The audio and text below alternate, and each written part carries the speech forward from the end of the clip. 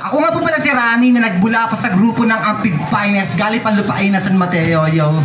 Ang kakantahin ko nga po pala ay isang makapagpagdamdamdaming kwento na nangyayari din po ito sa tunay na buhay na pinamagatan kong kapusukan nang dahil sa bisyo o pagkalulong sa pinagbabawal na gamot ay umabot siya sa ganitong pangyayari. Sa ating mga hurado at sa lahat ng mga taong nandirito, naway sana po makuha ko po ang atensyon nyo pati ang inyong puso. DJ, play na po natin yan, yo. Dito mo ihahagay sa akin. Yeah.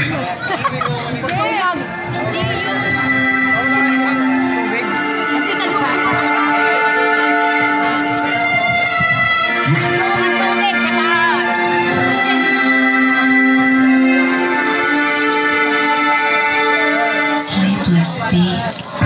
Ako yung batang galing pang bahay ampunan. Doon ako lumaki. Ni hindi ko nga nakilala ang mga tunay kong mga magulang. Bata pa lang ako, nagkaroon na ng matinding galit sa aking puso. Ano ba kasalanan ko?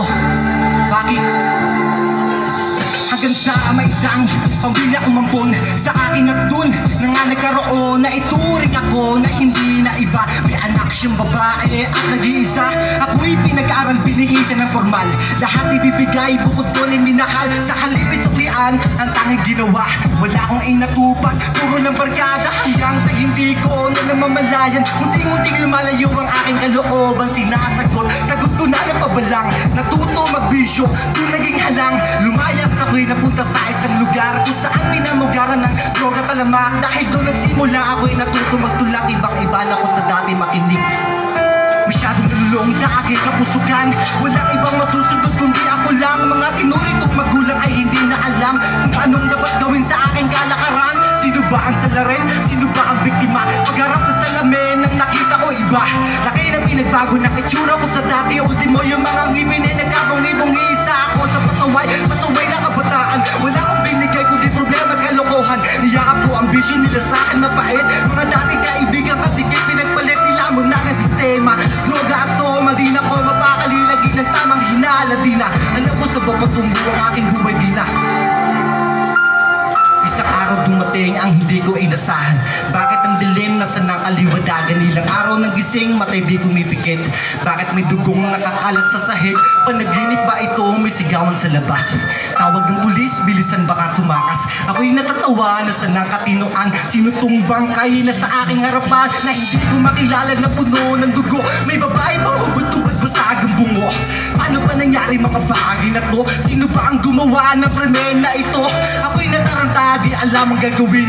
Bakit may dugo yung hawak ko na patalim? Napaisip ako, nagpatuloy kumalma.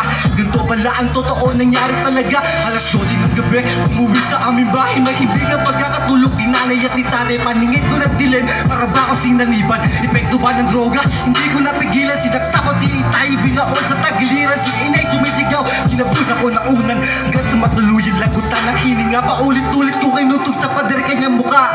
Ako'y tuwa na makakita ng dugo. Pagkatapos ng diretso na ako sa kabilang kwarto. Bubungad sa akin dalagit ako ng kapatid. Tinutok ko ang patalim, inubad ko ang damit. Walang awang nilasaan ko buo niya pagkatao sa aking ginawa. Hindi pa ako nakontento, sinaksak ko sa mukha hanggang sa mawalan ng buhay. Buko na pagkatuwa ko pala pumatay. Pagkatapos noon na nabalik ang katinuan. Ako'y umiiyak sa nagawa kong kasalanan. Dahil sa droga na siraan ng bait. Pamilya masaya, ang lungkot na sinapit. Ako'y nakonsensya sa aking nagawa. Luway patuwarin ako ng ating ama sa aking kasalanan. Ang aking buhay dahil ko pinili ko na